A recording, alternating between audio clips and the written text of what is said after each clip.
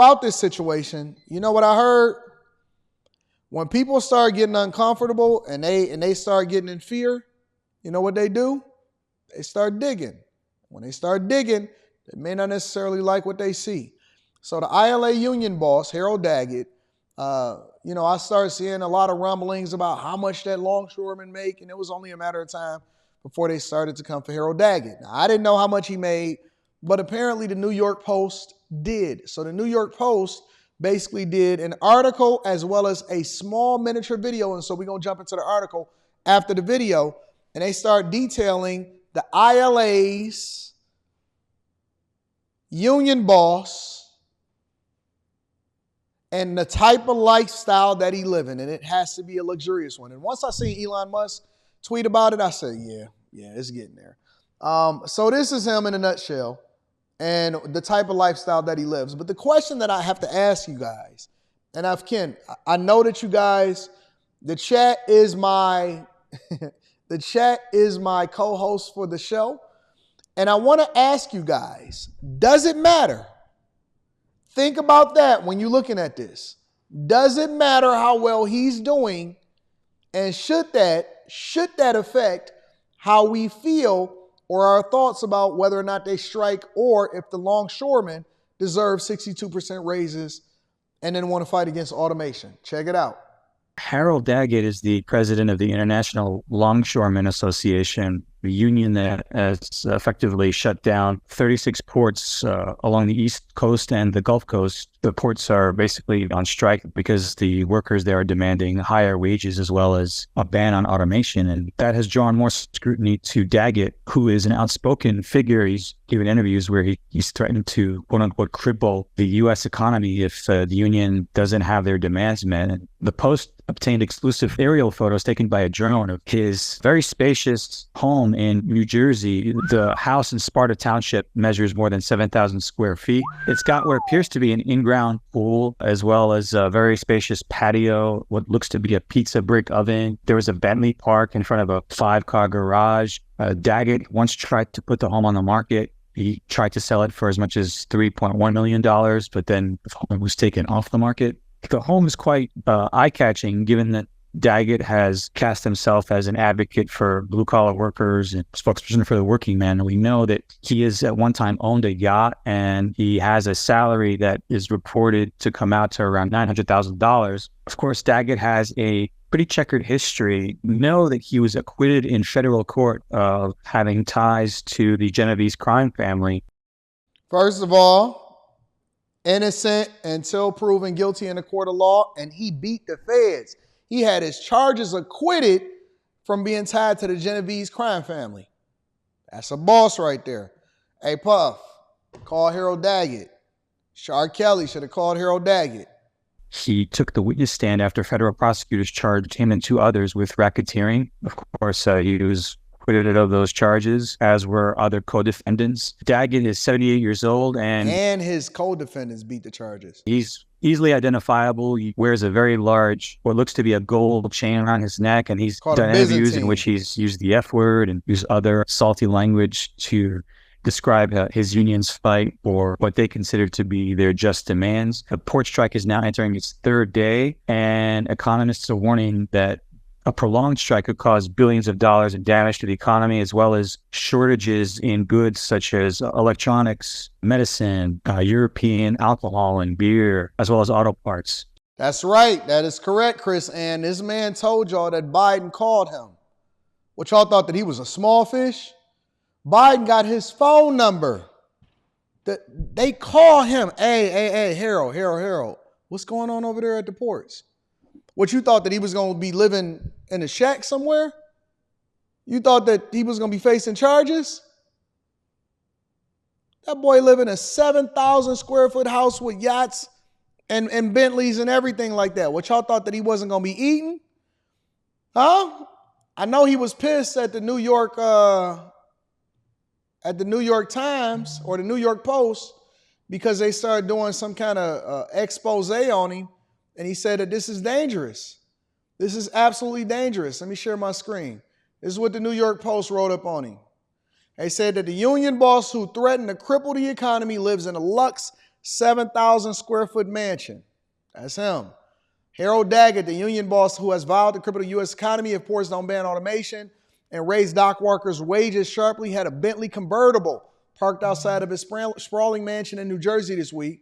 Exclusive photos obtained by the Post reveal. Photos taken by drone on Tuesday show the British luxury car parked with its top up outside what appears to be a 5-car garage that's connected to a 7,100 square foot, 2-door style home covered by a covered skyway. The Hawking 2-story mansion located on a 10-acre property in Sparta, a leafy enclave 50 miles west of New York City, encircles a spacious backyard patio with a MOBA-style shaped pool. You know what? Let me just say this. As we go through and we look at this stuff,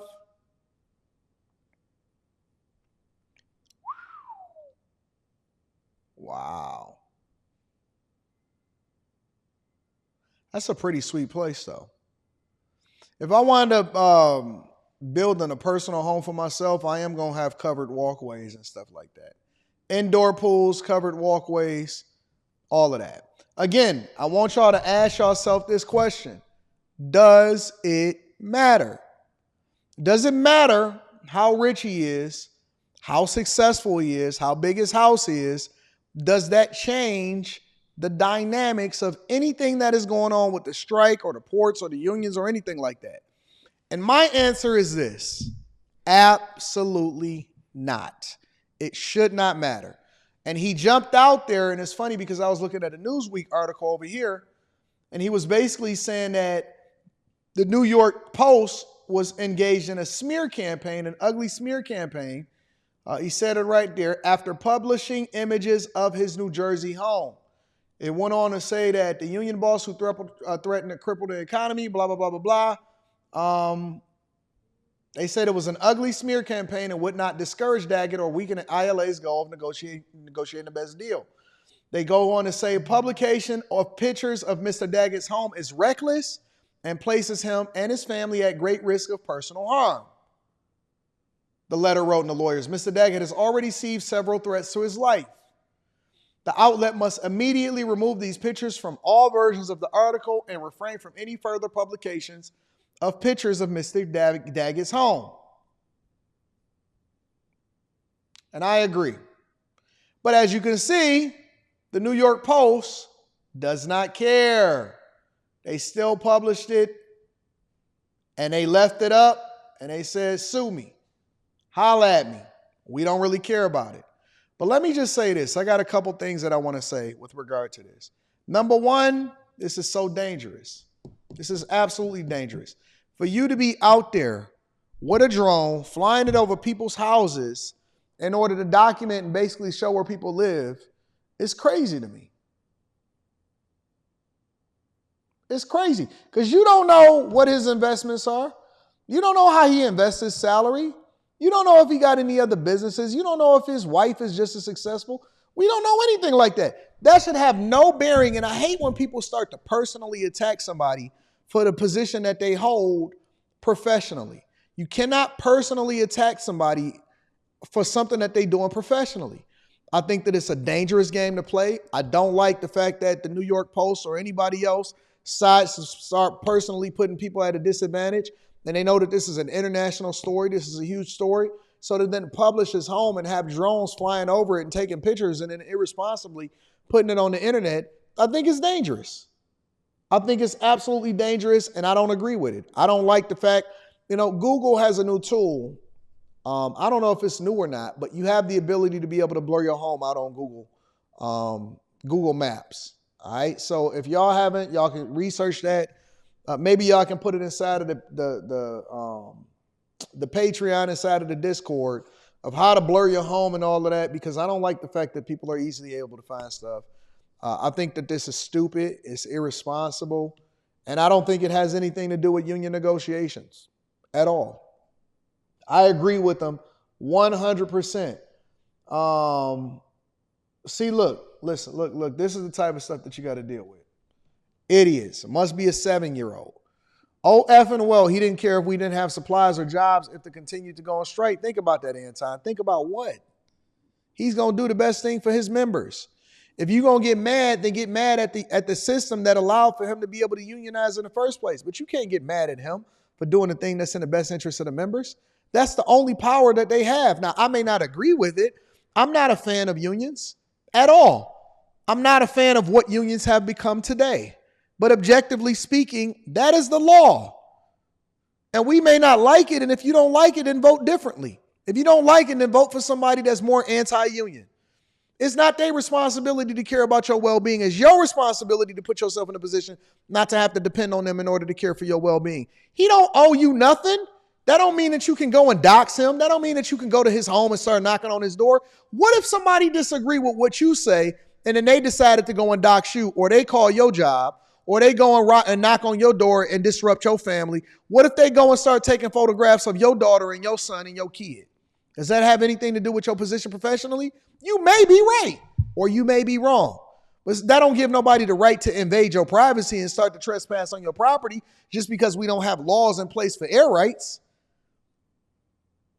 Come on, think about what y'all saying. Think about what y'all saying before y'all say it. No, think about that. No, you think about it. No, you think about it. You think about it. Think about that, Anton. No, you think about it.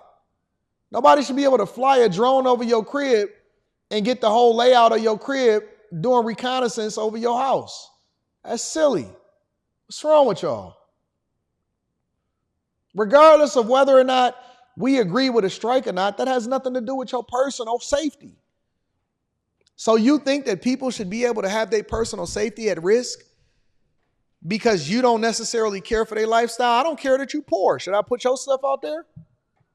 I don't care that you live a horrible lifestyle. Should we put your address out there because you poor? And I don't like the fact that you don't have a an avatar, that you don't have a picture. Should we put your address out there? For everything that we don't like, now you could just go and invade somebody's privacy. Y'all out of control.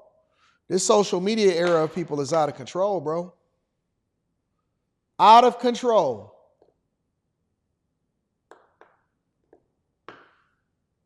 Out of control. Just be talking, whining, complaining. I don't like the fact that you rich. I don't like the fact that you broke and you keep asking me for money. Now go and get my fries and make sure they hot. I don't like the fact that you broke. I don't like the fact that you ain't got my DoorDash. That you keep delivering my DoorDash slower than it's supposed to be here because you got your kid in the baby seat in the back. I don't like it. If you don't like it, then go make some more money. Stop complaining about the success of other people that don't have nothing to do with professionally what they got going on. And have my burger medium well. Medium well. Not well done, medium well. You know what I'm saying? Anyways, let's continue on. Oh, man, I don't like the fact that he rich and he ain't holding hostage. Well, get involved in the political process and change things. Or go and buy a port yourself and start your own company. If you don't like the prices, if you don't like the food, then go to the restaurant or go and make your own food at home and stay home. Tired of people complaining, bro. Everybody always whining about what somebody else got and what somebody always trying to check somebody else's pockets, trying to count some money, how they get their money. How that affect you? As long as they ain't doing it illegally and they ain't got no charges against them, that shouldn't have nothing to do with you. Mind your business. Mind your business. Did he steal from you? You got something to do with this? Mind your business. So tired of people trying to check somebody else's stuff. If you put that much effort, if you put just as much effort into making sure that you got your own bag up, you wouldn't be sitting here whining about somebody else's bag. Healthcare coverage. Man is almost 80 years old. What you expect for him to be poor? To be living on the ports? Sleeping in a shipping container? What's wrong with y'all? Silly.